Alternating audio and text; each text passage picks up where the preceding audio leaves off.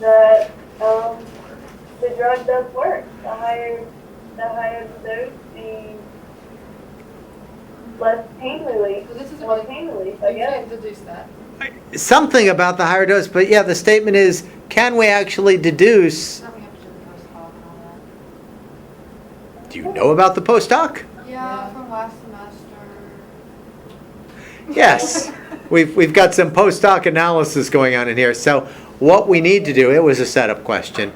We know that there probably is a significant difference. What we have to do now is we actually have to figure out which groups are different. Is the high group different than the moderate group? Is the 1 different than the 2? Is the 4 different than the 2? Which groups are different than each other? We know there is a significant difference, but the only real new material for tonight is, how do you know which groups are significantly different? Is this working for you? Well, yeah. Yes, sort of.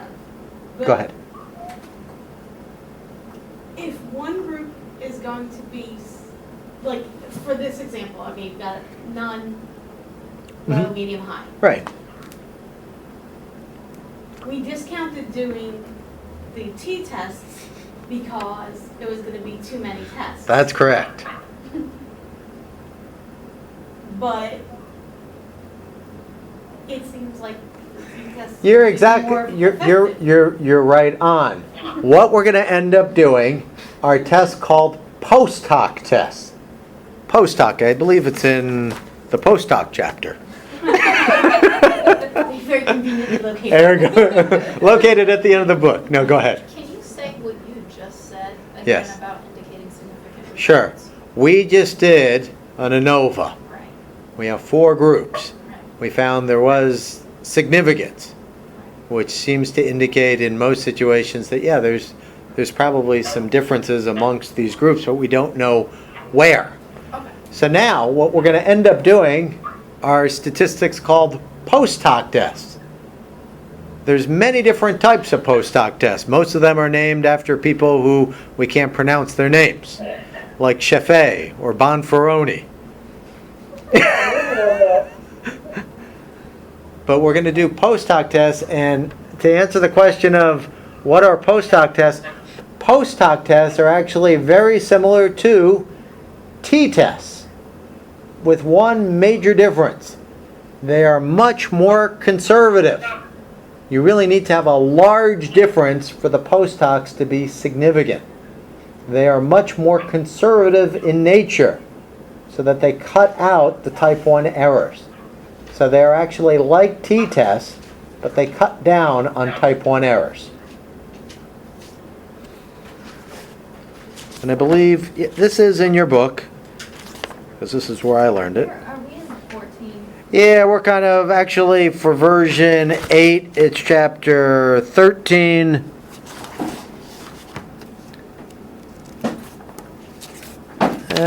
For version, it'd be hard for me to make all this up, but if I could, it'd be really cool. Chapter 13, I think.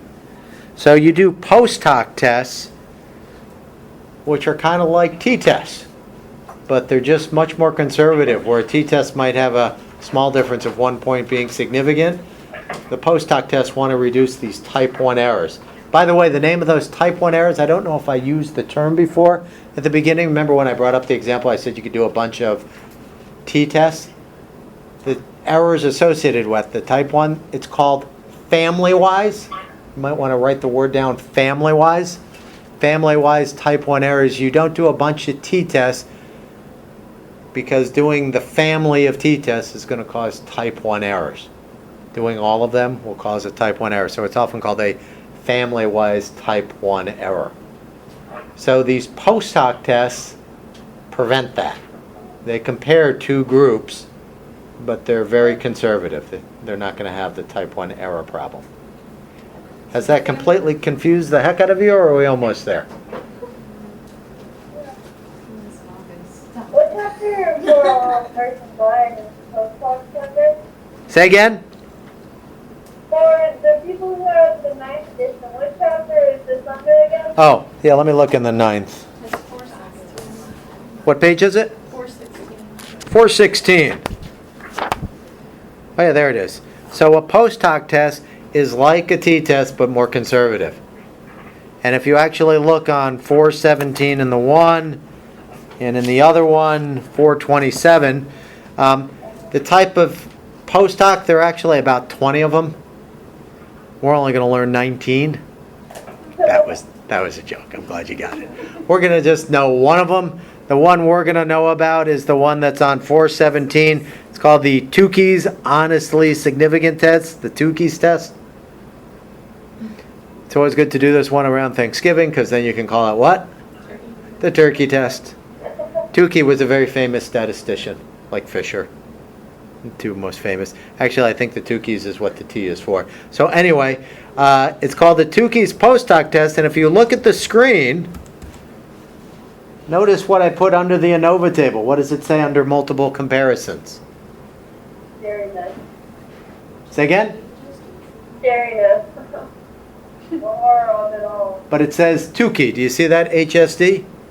Yes. Tukey, honestly significant difference. So the computer does this for you. My goal here, once again, is to explain this so that you understand this. So let's give this a shot. So a Tukey test is like a t-test.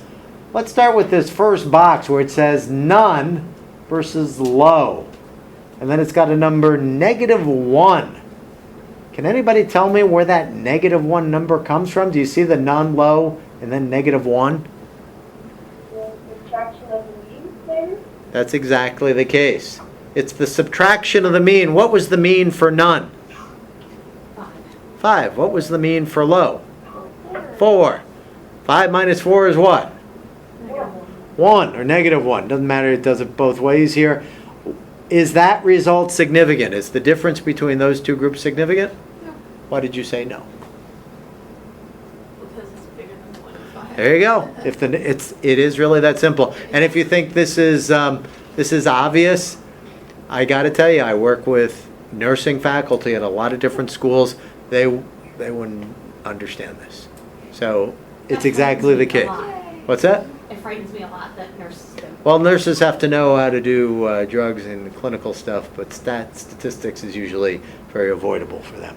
So none versus low is not statistically significant. How about the none dose versus the moderate dose? Yes. So it is -3. Notice the probability on that one. Not significant. Say again, Ashton. It's not significant. Why do you say it's non-significant? So 0.019 is greater than 0.005. Your statement is correct, but your analysis is wrong. 0.05, I'm sorry. So is this result significant or not? It's not. 0.01 is less than 0.05. So it is. Where are you? I'm looking at 0.019. You're correct. But it's really, don't think of it as 0.019, think of it as 0.01. The probability of getting this result is 2%. It's like 1.9%. You got to move the decimal 2 places. So anything less than 0.05 is significant. This So is, it's less than 0.05. yep, anything less than 0.05, so this is. Were you at the same point? You've got that embarrassed look on your face. Oh, no, my nose is, I'm cold. Oh, I'm just cold, okay, yeah. cold nose. That's what I was doing. I wasn't That's cold at fine. all. So this result is significant. How about none versus high? Yes. Very much the case. So these are significant. So if we look at this, it compares actually all of the different results here. We don't need to go through all of these, but basically from the none dose, what can we figure out? That if you compare getting nothing, if somebody is coming into your clinical trial, or let's say this is a drug, and they're saying, should I take this drug, what would be your advice here? If you're going to take, Maybe to a moderate or high level. yeah, moderate or high level, that's going to be most helpful. Is there a difference between the moderate and high level? Yes. Well, between moderate and high, it's only a 1-point difference. So your advice might be to them, well, take the moderate dose. There is maybe a small improvement with the high, but not significant. But the idea is you do a Tukey's post hoc test if you have more than 2 groups. And it'll tell you which groups are different. In this case, it looks like either having the moderate or high dose is better than having nothing. The low dose doesn't seem to afford any improvement. So your real-world conclusion, what you would write is you would say a Tukey's post-hoc test indicates the moderate or high dose is better than nothing. And if you really wanted to be correct about that, after you wrote a Tukey's post-hoc test indicated the moderate or high dose is better than nothing, you could write in parentheses p less than 0.05. So comments or questions? This is the new. Sure. The APA way of saying this? So if you were writing this out, actually let's do the full 9 yards. You would say at the beginning, an ANOVA was done. The ANOVA, we found a statistically significant effect. And then you write out the F of, 3 and 16 for the F. And then you would say a Tukey's post-hoc test indicated that the moderate and high dose was significantly better than giving nothing. And then in parentheses, p less than 0.05. In this class, will we ever have to do a post-hoc by hand? No, you'll never have to do a post-hoc by hand. What you will have to do is I will give you an output like this, and you'll have to figure out heads and tails. Go ahead. This is just, you might not have an answer for this, but you said that you have computer programs that do all of these. I'm not good with computers.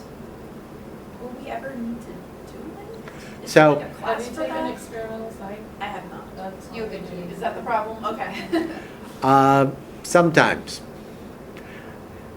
Not in ours. Oh, wait, but is that what they're saying? That's what you'll do in experimental Not psych. necessarily is what we're saying. My experimental psych class has been a little different because But- they're taking it yeah. Oh, but We is should that- have. Yeah, you're supposed to learn how to do that in that We are class. supposed to learn it, but. But you are that's not. Yes. We're missing What? big pieces of this conversation. No, you don't, it's a need to know basis. I just didn't know why